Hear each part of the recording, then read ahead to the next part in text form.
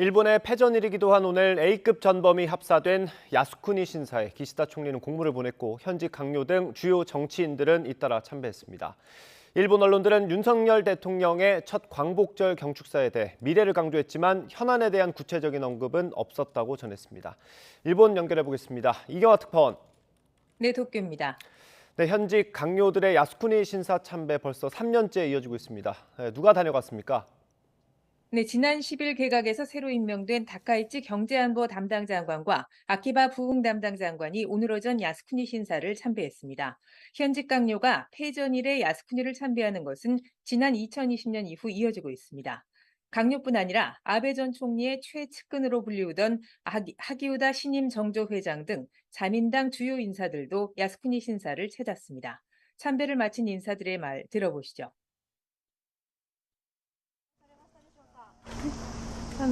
国策に準じられた方々の御霊に尊崇の念をもって感謝の誠を捧げてまいりました。終戦の日にあたりまして、先の大戦で尊い犠牲となられた先人の御霊に謹んで、哀悼の誠を捧げてまいりました。合わせて恒久平和を改めて。 네, 야스쿠니 신사 참배를 둘러싸고 우리나라와 중국의 반발이 있었습니다. 일본 정부는 그래도 문제될 게 없다는 거죠? 네, 야스쿠니 신사에는 태평양 전쟁 당시 A급 전범 14명이 합사돼 있습니다. 이 때문에 일본 정부 인사와 주요 정치인의 참배를 놓고 침략 전쟁을 미화하는 행위라는 비판이 일본 안팎에서 이어져 왔습니다.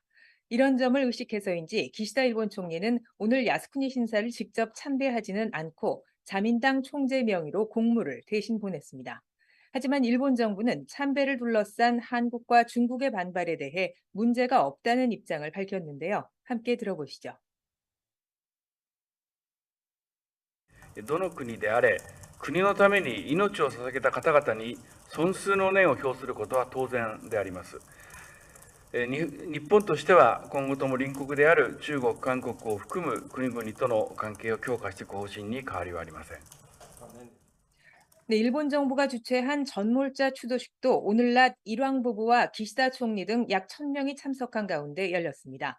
이 자리에서 기시다 총리는 전쟁의 참화를 두 번 다시 반복하지 않겠다는 결연한 맹세를 이어나갈 것이라고 밝혔습니다. 하지만 아시아 각국을 침략한 책임에 대해서는 언급하지 않았습니다. 과거 일본 역대 총리들은 패전일 추도사를 통해 이웃나라에 안긴 고통에 대해서 사과와 반성을 표명해 왔습니다. 하지만 이런 내용은 아베 전 총리가 재집권한 지난 2013년 8월부터 사라졌습니다. 네, 윤석열 대통령이 광복절 경축사에서 한일 관계 개선 의지를 다시 강조했습니다. 일본 측의 반응은 좀 어떻습니까? 네, 일본 언론들은 윤 대통령이 미래를 위한 한일 관계 개선 의지를 다시 강조했다고 잇따라 보도했습니다. NHK는 윤 대통령이 과거사 문제에 대해 보편적 가치를 바탕으로 미래와 시대적 사명을 향해 양국이 함께 나아갈 때 해결될 수 있을 것이라고 밝혔다고 전했습니다. 하지만 강제동원 피고 일본 기업의 자산 현금화 등 당면 현안에 대해 구체적인 언급은 없었다고 이렇게 보도했습니다. 일본 측은 한국 법원이 조만간 일본 피고 기업의 자산 매각을 결정할 수 있다는 점을 긴장 속에 주시하고 있습니다. 일본 측은 해당 피고 기업과 원고인 피해자들 사이에 대화뿐 아니라 사과와 배상에도 응할 이유가 없다는 입장을 굽히지 않고 있는데요. 이런 상황 속에 법원이 어떤 결정을 내릴 것인지가 한일 관계에도 커다란 분수령이 될 것으로 보입니다. 지금까지 도쿄에서 YTN 이경화입니다.